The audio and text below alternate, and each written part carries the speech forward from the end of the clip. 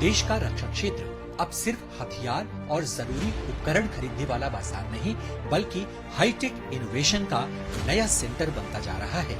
एक समय था जब अत्याधुनिक सैन्य तकनीक के लिए देश काफी हद तक विदेशों पर निर्भर था, लेकिन मेक इन इंडिया और आत्मनिर्भर भारत के पहलों से आज देश का रक्षा उत्पादन बढ़कर करीब 1.54 लाख करोड़ रुपए के रिकॉर्ड स्तर पर पहुंच चुका है, जबकि रक्षा निर्यात भी बढ़कर 38,000 करोड़ रुपए से ज्यादा हो गया है।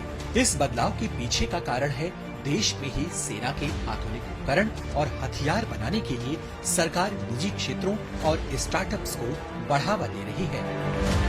बेंगलुरु स्थित क्यूबिट्रॉनिक्स सॉल्यूशंस इसी बदलाव की एक मिसाल है, जिन्होंने एक स्मार्ट लेजर रेंज फाइंडर यानी स्मार्ट LRF तैयार किया है। आमतौर पर ऐसे उपकरण सिर्फ लक्ष्य की दूरी बताते हैं, लेकिन ये सिस्टम उससे कहीं ज्यादा काम करता है। ये लक्ष्य की दूरी के साथ साथ उसकी लोकेशन और GPS कोऑर्डिनेट्स भी बता सकता है। और खास बात ये है कि इसे मोबाइल से भी कनेक्ट किया जा सकता है। हमारा डिवाइस मोबाइल के थ्रू कनेक्ट हो जाता है, जैसे कि आप देख रहे हैं, हमने इसको कनेक्ट कर दिया है और ये मोबाइल के थ्रू हमारा डिवाइस इंटरनेट के थ्रू कनेक्ट हो जाएगा। हम यहाँ से कमांड सेंड कर सकते हैं और पूरा डेटा मॉनिटरिंग, स्टेटस मॉनिटरिंग हम मोबाइल पे ले सकते हैं। इस सिस्टम में बिल्ट इन कंपास और नेविगेशन फीचर भी मौजूद हैं, जो कठिन परिस्थितियों में सैनिकों को दिशा समझने और अपनी लोकेशन ट्रैक करने में मदद कर सकता है। सबसे खास बात यह है कि ये विदेशी नेविगेशन सिस्टम पर निर्भरता कम करने की दिशा में भी काम करता है। So this technology will make India as a self-reliant and no other country, like we will not be depending on any other country for the technology and for any of the warfare equipments. So this will be making us a self-reliant and self-sufficient for all the needs. इस स्वदेशी तकनीकी को रक्षा अनुसंधान और विकास संगठन यानी DRDO और Indian Optel limited Dehradun से भी रुचि मिली है, जिससे उत्साहित होकर यहाँ के युवा और अधिक मजबूत और उन्नत सिस्टम पर काम कर रहे हैं। यहाँ पे हम जो इलेक्ट्रो ऑप्टिक्स में काम कर रहे हैं, इसका जो एप्लीकेशन है वो डिफेंस के अंदर और इंडस्ट्री में और स्मार्ट सिटी और कहीं अन्य फील्ड्स में है। अभी क्योंकि भारत सरकार इस टाइम पे पब्लिक प्राइवेट पार्टनरशिप पे बहुत जोर दे रही है। इसी क्रम में अब ऐसी तकनीकों पर भी काम हो रहा है जो भविष्य के सुरक्षित सैन्य संचार नेटवर्क को पूरी तरह बदल सकती है।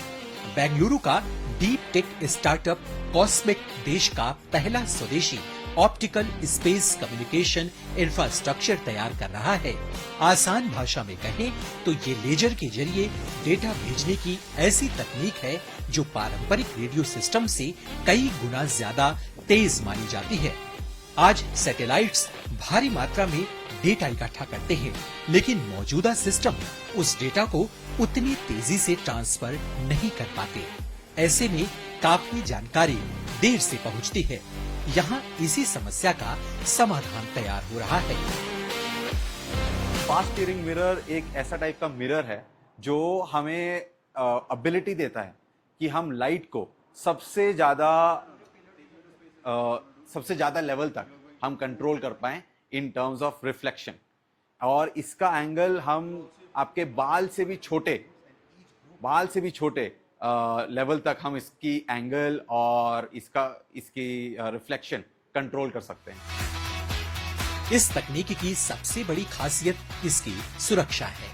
लेजर बीम बेहद सक्रिय होती है, इसलिए इसे बीच में रोकना या जाम करना काफी मुश्किल माना जाता है। यानी आने वाले समय में सेना के लिए तेज, सुरक्षित और हाई स्पीड कम्युनिकेशन संभव हो सकेगा।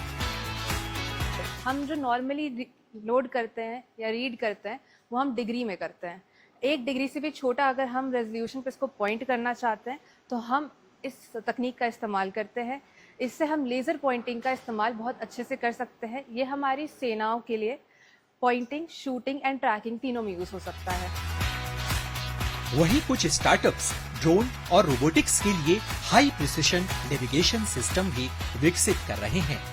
यानेंद्रिय नाम का स्टार्टअप AI आधारित सेंसर और फ्लाइट कंट्रोल सिस्टम पर काम कर रहा है, जो ड्रोन को कठिन परिस्थितियों में भी बेहतर स्थिरता और सटीक दिशा देने में मदद करता है।